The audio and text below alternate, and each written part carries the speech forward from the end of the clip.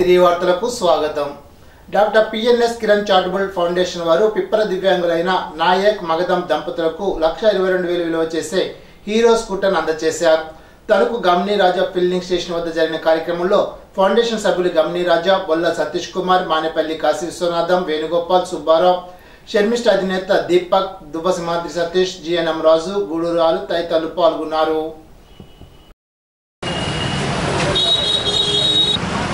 ఈనాడు doctor Kiran foundation charitable తరపున ఒక అంగవైకల్యమైన దంపతులకు ఒక ఫౌండేషన్ తరపున ఒక మోటార్ సైకిల్ ఇస్తున్నాం.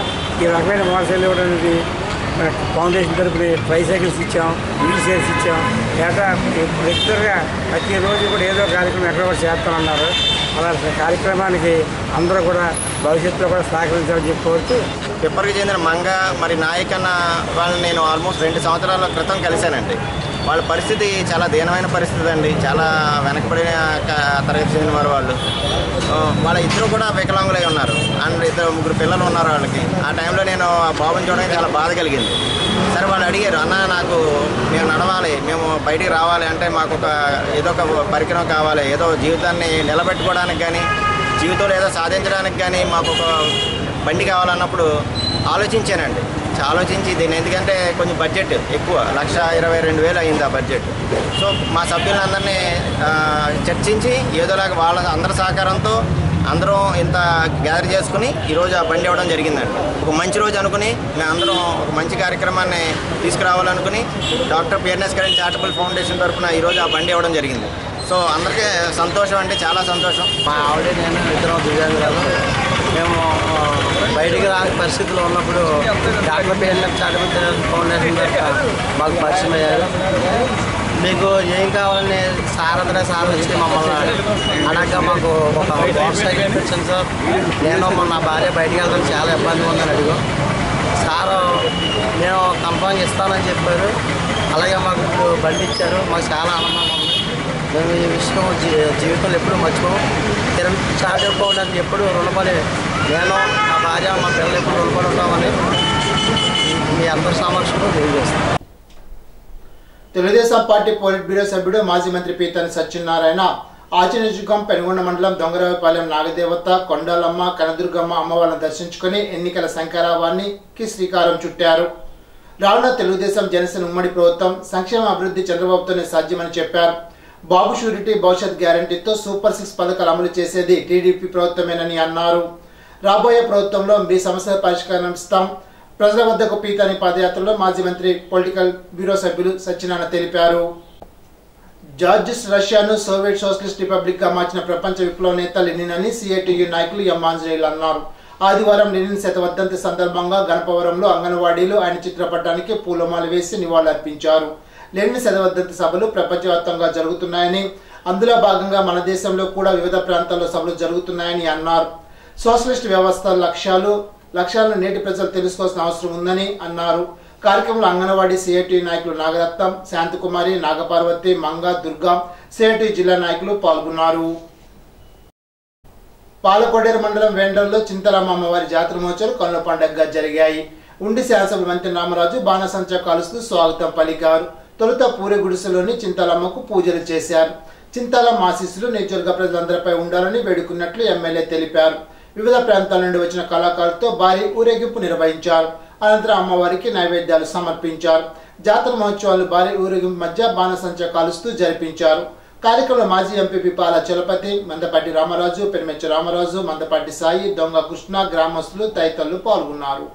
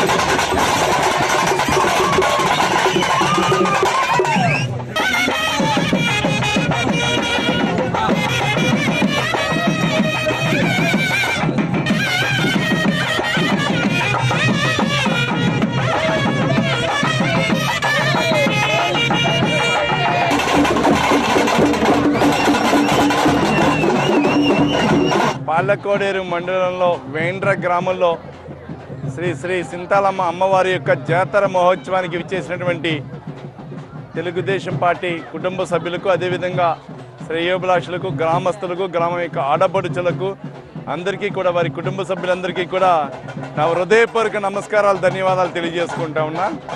ఇక్కడ జాతర మహోత్సవం అందరూ కూడా ఈ గ్రామం యొక్క ఆడపడుచులు కానీ, ఈ గ్రామం వంటి మహిళలు కానీ పెద్ద ఎత్తున పాల్గొవటం, ఈ సంబరం కార్యక్రమంలో చక్కగా వారి బంధువర్గాలందరూ కూడా ఈ గ్రామానికి చేరుకుని సంక్రాంతి తదుపరి వెంటనే వచ్చేటువంటి ఒక మహత్తరమైన కార్యక్రమాన్ని ఈ గ్రామస్తులందరూ కూడా చేయడం జరుగుతూ ఉందా. విశాఖపట్నంలో ఉండి ఎమ్మెల్యే మంత్రి నామరాజు నాయకత్వంలో తెలుగుదేశం పార్టీ, జనసేన పార్టీ నాయకులు, కార్యకర్తలు ఇంటింటికి తెలుగుదేశం కార్యక్రమాన్ని చేపట్టారు. కార్యక్రమంలో ఉండి ఎమ్మెల్యే మంత్రి నామరాజు విశాఖపట్నం గోపికృష్ణ పాత సినిమా హాల్ సెంటర్ నుండి విశాఖపట్నం రావుచెట్టు సెంటర్ వరకు పాదయాత్ర నిర్వహించారు. అనంతరం విశాఖపట్నంలో ఇంటింటికి తిరుగుతూ చంద్రబాబు మినీ మేనిఫెస్టోలో ప్రవేశపెట్టిన సూపర్ 6 పథకాలను ప్రజలకు వివరించారు. ఈ సందర్భంగా ఉండి ఎమ్మెల్యే మాట్లాడుతూ ఈ ప్రభుత్వంలో అభివృద్ధి ఎక్కడ కనిపించడం లేదని, ఎక్కడ చూసినా రోడ్లు గుంతలపడి బాగోలేదని, ఎక్కడ డ్రైనేజ్ వ్యవస్థ సరిగా లేదని విమర్శించారు. రాబోయేది తెలుగుదేశం జనసేన ఉమ్మడి ప్రభుత్వం వస్తుందని, అభివృద్ధి చేసి చూపిస్తామని తెలిపారు. కార్యక్రమంలో తెలుగుదేశం జనసేన పార్టీ నాయకులు, కార్యకర్తలు భారీగా పాల్గొన్నారు. పాలకోడేరు మండలంలో విశాఖపట్నం గ్రామానికి ఇంటింటికి మన రాంబాబు, అదేవిధంగా భవిష్యత్తు గ్యారంటీ ఒక కార్యక్రమానికి స్వాగతం పలికినటువంటి తెలుగుదేశం, అదేవిధంగా జనసేన కుటుంబ సభ్యులందరికీ కూడా నా హృదయపూర్వక నమస్కారాలు, ధన్యవాదాలు తెలియజేసుకుంటా ఉన్నా. ఎప్పుడు ఎలక్షన్ జరిగినా కూడా చంద్రబాబు నాయుడు గారిని ముఖ్యమంత్రిగా చేయడానికి ప్రజలందరూ సంసిద్ధంగా ఉన్నారని తెలియజేసుకుంటా ఉన్నా. అదేవిధంగా పవన్ కళ్యాణ్ గారు, చంద్రబాబు నాయుడు గారి యొక్క ఉమ్మడి కార్యాచరణ ఏదైతే దశ దిశ ఇస్తారో అందరూ కూడా శిరసా వహించి మేమందరం కూడా పనిచేస్తామని చెప్పి ఈ సందర్భంగా తెలియజేసుకుంటాం జరుగుతూ ఉంది. ఈ రోజున చూస్తున్నాం ప్రజలందరూ కూడా త్రాగునీరు సమస్య, డ్రైనేజ్ వ్యవస్థ సమస్య, ఇంటర్నల్ రోడ్లు సమస్య, నిత్యావసర వస్తువులు పెరుగుదలతో సమస్య, ప్రతి ఒక్క దాంట్లో రోడ్లు గుంతల రోడ్ల సమస్య, మెయిన్ రోడ్లో ఎక్కడా కూడా కార్యాచరణ ఏమీ లేనటువంటి పరిస్థితి ఉంది. కాబట్టి అన్నిటి మీద ఎక్కడైతే ఇబ్బందులు జరుగుతూ ఉన్నాయో అన్నిటి కోసం గౌరవనీయులు చంద్రబాబు నాయుడు గారు, పవన్ కళ్యాణ్ గారి యొక్క నాయకత్వంలో ముందరికి తీసుకెళ్తామని చెప్పి మీ అందరికీ కూడా తెలియజేసుకుంటాం జరుగుతూ ఉంది. అంతేకాదు ఈ రోజున మనం కూడా సుమారుగా 1,00,000 మంది వాటర్స్కి 800 కిలోమీటర్లు పయనించినప్పుడు 800 కిలోమీటర్లు పూర్తి చేసుకున్నాం నిన్నటితో. అంటే 800 కిలోమీటర్లు పూర్తి చేసుకున్న సమయంలో నా వెన్నుండి తెలుగుదేశం పార్టీ కుటుంబ సభ్యులు కానీ, జనసేన కుటుంబ సభ్యులు కానీ నాకు ఉత్సాహాన్ని కల్పించి ఈ యొక్క పాదయాత్రగా ఇంటింటికి తిరిగేటువంటి యాత్రకి అందరూ కూడా చక్కగా సహకరించినటువంటి అందరికీ కూడా హృదయపూర్వక ధన్యవాదాలు తెలియజేసుకుంటా ఉన్నాను. జర్నలిస్టుల అక్రిడేషన్ నిబంధన సాధించాలని, జర్నలిస్టులందరికీ ఇళ్ల స్థలాలు కేటాయించాలని Andhra Pradesh union and working journalist రాష్ట్ర అధ్యక్షులు ఐబి సుబ్బారావు ప్రభుత్వాన్ని కోరారు. నూతనంగా ఏర్పడిన పశ్చిమ గోదావరి జిల్లా ఏపీడబ్ల్యూజే ప్రథమ మహాసభ వీరవాసరంలోని తులసి కన్వెన్షన్ సెంటర్లో నిర్వహించారు. కార్యక్రమానికి ఏపీడబ్ల్యూజే సీనియర్ నాయకులు ఏలూరు జిల్లా కార్యదర్శి రాజు అధ్యక్షత వహించారు. ఈ సందర్భంగా ఐజీయూ జాతీయ కార్యదర్శి డి సోమసుందరం మాట్లాడుతూ జర్నలిస్టుల ప్రమాద బీమా గత కొన్ని సంవత్సరాలుగా ప్రభుత్వం అమలు జరపడం లేదని ఆవేదన వ్యక్తం చేశారు. దీన్ని అమలు జరిపేందుకు జర్నలిస్టులందరూ పోరాడాలని పిలుపునిచ్చారు. ఈ సందర్భంగా జరిగిన నూతన కమిటీకి భీమవరంకు చెందిన సాయిబాబా జిల్లా అధ్యక్షుడిగాను, తాడేపల్లిగూడెం చెందిన గజల్ ప్రసాద్ ప్రధాన కార్యదర్శిగా ఎన్నికయ్యారు. సమావేశంలో అధికార, ప్రతిపక్ష, వామపక్ష పార్టీలకు చెందిన పలువురు నేతలు, జర్నలిస్టు యూనియన్ రాష్ట్ర నాయకులు పలువురు పాల్గొన్నారు. 2014 నుంచి ఈ రోజు దాకా ఈ రాష్ట్రంలో జర్నలిస్టుల సమస్యల పరిష్కారం మీద పార్టీలను కానీ, ప్రభుత్వాలను కానీ, అధికారులను కానీ, జర్నలిస్టుల మీద దౌర్జన్యం చేసే రౌడీ మోకలను కానీ అడగటంలో, ప్రశ్నించడంలో, నిలదీయటంలో నిలబడిన ఏకైక సంస్థ ఆంధ్రప్రదేశ్ వర్కింగ్ జర్నలిస్ట్ యూనియన్ అనేది జగమెరిగిన సత్యం. ఏలూరు కేంద్రంగా కానీ, భీమవరం కేంద్రంగా కానీ పనిచేస్తూ సంఘాలుగా చెప్పుకుంటూ సోషల్ మీడియాలో సంఘాల మీద దుష్ప్రచారం చేసే వాళ్ళకి నిర్మోహమాటంగా మీరు ప్రశ్నించవచ్చు. వర్కింగ్ జర్నలిస్ట్ హెల్త్ స్కీమ్ కోసం మనమే ప్రయత్నించాం, ఇంకో సంఘం ప్రయత్నించలా. జర్నలిస్టులకి యాక్సిడెంటల్ పాలసీని 2014లో మనం ప్రారంభించింది, 2016లో ఇంప్లిమెంట్ అయ్యింది. అస్తవ్యస్త నిర్ణయాల మధ్య ప్రారంభమైన ఈ హౌసింగ్ స్కీము ఇప్పటికీ మనం అమలు కావాలనే కోరుకుంటున్నాం, అమలు చేయమని అడుగుతున్నాం. కొత్తగా వచ్చే జిల్లా కమిటీ ఇమ్మీడియట్గా కలెక్టర్ని కలవాలి, మీ ఇన్ఛార్జ్ మినిస్టర్ని కలవాలి. ఏమన్నా ఇంప్లిమెంట్ అయిందా లేదా, కమిటీ వేసారా లేదా, దాన్ని ఏ స్థాయిలో ఉంది అని చెప్పి నియోజకవర్గంలోని అన్ని మండలాల్లో జర్నలిస్టులకి అది ఇంప్లిమెంట్ అయ్యేందుకు లోకల్గా కొన్ని ప్రయత్నాలు చేసుకోవాల్సిన అవసరం అయితే ఉంది. అన్ని జిల్లాల్లో కొత్త కమిటీలు వేస్తున్నాం. ఈ రాష్ట్రంలో ఇప్పటికీ 9,500-10,000 దాకా మన సభ్యత్వం చేరింది. ఆ సభ్యత్వంలో మనం ఈ సోషల్ మీడియాలకు వచ్చేసరికి ఒక సీనియర్ జర్నలిస్ట్గా ఉండి ఒక 10 ఏళ్ళు 15 ఏళ్ళు వేరే పేపర్లోనో ఛానల్లోనో పనిచేసి గౌరవంగా ఉండేందుకు పెట్టుకున్న వాళ్ళని గౌరవించి ఆహ్వానిస్తున్నాం.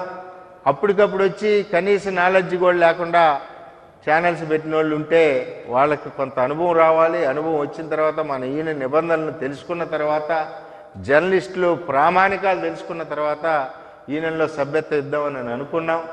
ఆ దిశగా వెళ్తున్నాం. కాబట్టి సభ్యత్వంలో కొన్ని నిబంధనలు పాటించాం. మీ జిల్లాలో కూడా 330 మంది దాకా సభ్యత్వం కట్టారు. మొన్న మాకు వచ్చింది. వాళ్ళందరిలో నుంచి ఓటర్ లిస్టును కూడా మనం ఇవ్వటం జరిగింది. ఆ మేరకు ఈరోజు ఇది, అలాగే ఎలక్ట్రానిక్ మీడియా అసోసియేషను ప్రస్తుత జీవోలో నిబంధనల్ని సరళతరం చేయాలి అనే తీర్మానాన్ని ప్రవేశపెడుతున్నాం.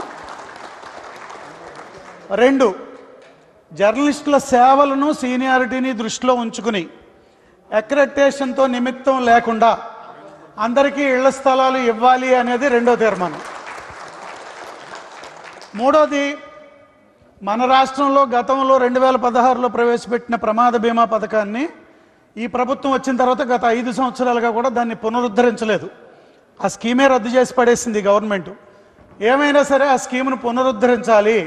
10 లక్షల రూపాయలు. ఎందుకంటే ఆ స్కీమ్లో మనం 200 రూపాయలు కడితే, గవర్నమెంట్ 200 కడితే, దాదాపు ప్రతి సంవత్సరం రోడ్ యాక్సిడెంట్లలో చనిపోయే వాళ్ళు ఒక్కొక్కరికి 10 లక్షల రూపాయలు మనం ప్రభుత్వాన్ని మీద దెబ్బలాడి 10 లక్షల రూపాయల చెక్కులు అప్పుడు హోంమంత్రి గారు, సమాచార మంత్రి గారు ఎవరో ఒకళ్ళు వచ్చి ఆ జర్నలిస్టులకు ఇచ్చినటువంటి చరిత్ర ఈ రాష్ట్రంలోనూ ఉంది, పక్క జిల్లాలోనూ ఈ జిల్లాలోనూ కూడా అటువంటి మిత్రులకి 15 లక్షల రూపాయలు ప్రభుత్వం నుంచి తీసుకొచ్చినటువంటి ఒక పోరాట పంద మనం తీసుకున్నాం. దాన్ని పునరుద్ధరించాలని ఒకటి మనం తీర్మానం చేస్తున్నాం. తర్వాత రైల్వే పాసులు.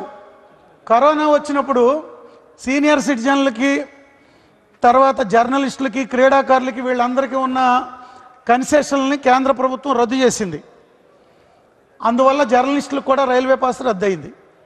అందుకోసం జర్నలిస్టులకి ఇందాక బీజేపీ మిత్రుడు వర్మ కూడా చెప్పాడు ఈ సమస్య ఉందని. మనం వాళ్ళ రాష్ట్ర జాతీయ నాయకుల దృష్టిలో కూడా పెట్టాం.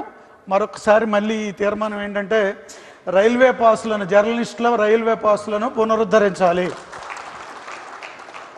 3వది, ఇక నుంచి మాలాంటి వాళ్ళు కోరుకునే కోరిక ఇది, వయోధిక పాత్రికేయులకు పింఛను సదుపాయం కల్పించాలి.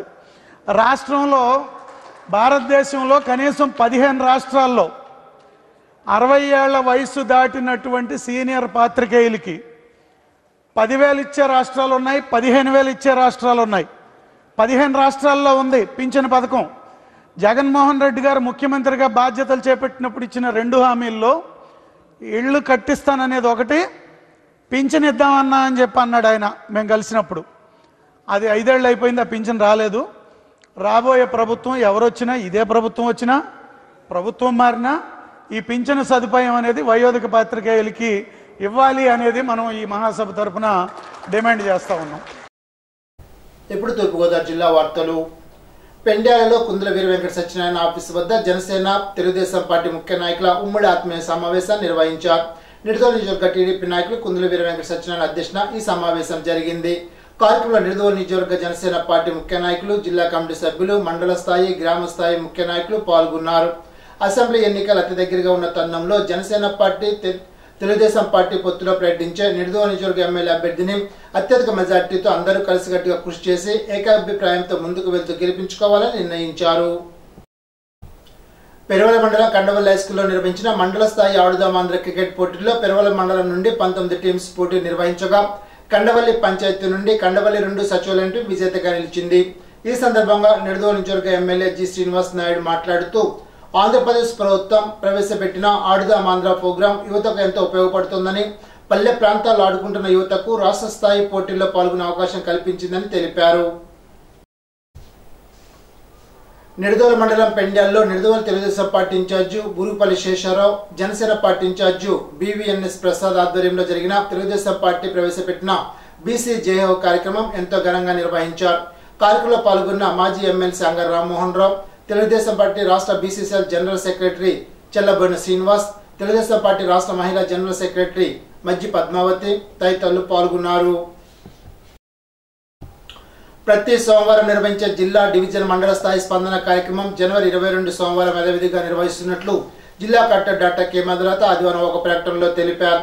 రాజమహేంద్రవరంలోని జిల్లా కలెక్టరేట్ కార్యాలయంలో డివిజన్ స్థాయిలో ఆర్డీఓ, మున్సిపల్ స్థాయిలో కమిషనర్లు, మండల స్థాయి అధికారులు, గ్రామ స్థాయి, గ్రామ వార్డు సచివాలయం నుండి ప్రజల నుండి సంబంధిత సిబ్బంది స్పందనార్జీలు స్వీకరిస్తారని తెలిపారు. ఉదయం 10 గంటల నుండి మధ్యాహ్నం 1 గంట వరకు ఫిర్యాదులు స్వీకరిస్తారని కలెక్టర్ తెలిపారు. రెవెన్యూ, మున్సిపల్, మండల, గ్రామ వార్డు సచివాలయాల్లో స్పందన ఫిర్యాదులు అందజేయాలని కలెక్టర్ తెలిపారు. మండల స్థాయి అధికారులందరూ మండల ప్రధాన కేంద్రంలో ఒకే చోట హాజరై ప్రజల నుండి స్పందనార్జీలు స్వీకరించాలని తెలిపారు. రాజమహేంద్రవరం సర్కిల్ 9వ inter division sports and games Adikavi Nannaya యూనివర్సిటీలో 2వ రోజు నిర్వహించారు. Superintendent engineer operation circle TVS Murthy ఈ సందర్భంగా మాట్లాడుతూ 2వ రోజు జరిగిన విద్యుత్ ఉద్యోగుల క్రీడా పోటీల విజేతలు రాజమహేంద్రవరం, రంపచోడవరం డివిజన్ క్రీడాకారుల మధ్య జరగగా రాజమహేంద్రవరం డివిజన్ విజేతగా నిలిచిందని, వాలీబాల్లో కాకినాడ రాజమహేంద్రవరం డివిజన్ క్రీడాకారుల మధ్య జరగగా కాకినాడ డివిజన్ విజేతగా నిలిచిందని, షటిల్ బ్యాడ్మింటన్ పోటీల డబుల్స్ విభాగంలో రాజమహేంద్రవరం డివిజన్ క్రీడాకారుల మధ్య జరగగా రాజమహేంద్రవరం డివిజన్ విజేతగా నిలిచారని తెలిపారు. వీరవల్లి టోల్ ప్లాజా వద్ద టోల్ సిబ్బంది ధర్నా చేశారు. తమ సమస్యల పట్ల యాజమాన్యం నిర్లక్ష్యం వహిస్తుందంటూ ధర్నాకు దిగారు. తమకు వేతనానికి తగ్గ జీతం ఇవ్వాలంటూ నినాదాలు చేశారు. సమస్య పరిష్కారం అయ్యే వరకు విధుల్లోకి హాజరు కాబోమంటూ తేల్చి చెప్పారు. వార్తలు. ఏలూరులోని క్రాంతి కళ్యాణ మండపంలో ఏలూరు జిల్లా వైఎస్ఆర్ కాంగ్రెస్ పార్టీ పార్లమెంటరీ నియోజకవర్గ విస్తృతస్థాయి సమావేశం జరిగింది. సమావేశంలో వైఎస్ఆర్సీపీ అధ్యక్షులు ఆల నాని, రాష్ట్ర పౌరసరఫరాలు వినోదాల వ్యవహారాల శాఖ మంత్రి Karumuri Venkata Nageswararao, Eluru MP Kotagiri Sridhar, ZP chairman Ganta Padmasri, Eluru జిల్లా శాసనసభ్యులు అబ్బాయి చౌదరి, దూలం నాగేశ్వరరావు, పుప్పల వాసుబాబు, మేకా ప్రతాప్ వెంకట అప్పారావు, బాలరాజు, ఏలూరు పార్లమెంట్ నూతన ఇన్ఛార్జి కారుమూరి సునీల్ కుమార్, పోలవరం నియోజకవర్గ సమన్వయకర్త రాజ్యలక్ష్మి, చింతలపూడి నియోజకవర్గ సమన్వయకర్త విజయరాజు, ఎమ్మెల్సీలు కౌర్ శ్రీనివాస్, జయమంగళం వెంకటరమణ తదితరులు మాట్లాడారు. ఈ కార్యక్రమంలో పార్టీ నాయకులు, కార్యకర్తలు, అభిమానులు పాల్గొన్నారు. ఈనాటి బంగారు మాట. నీకు లక్ష్యం ఉండడమే కాదు, దాన్ని ఎంత త్వరగా వీలైతే అంత త్వరగా సాధించుకునే వ్యూహ నైపుణ్యం కూడా ఉండాలి. అబ్దుల్ కలాం. ఈ వార్తలు ఇంతటితో సమాప్తం. తిరిగి బిజినెస్ లో కలుసుకుందాం. అంతవరకు సెలవు. నమస్కారం.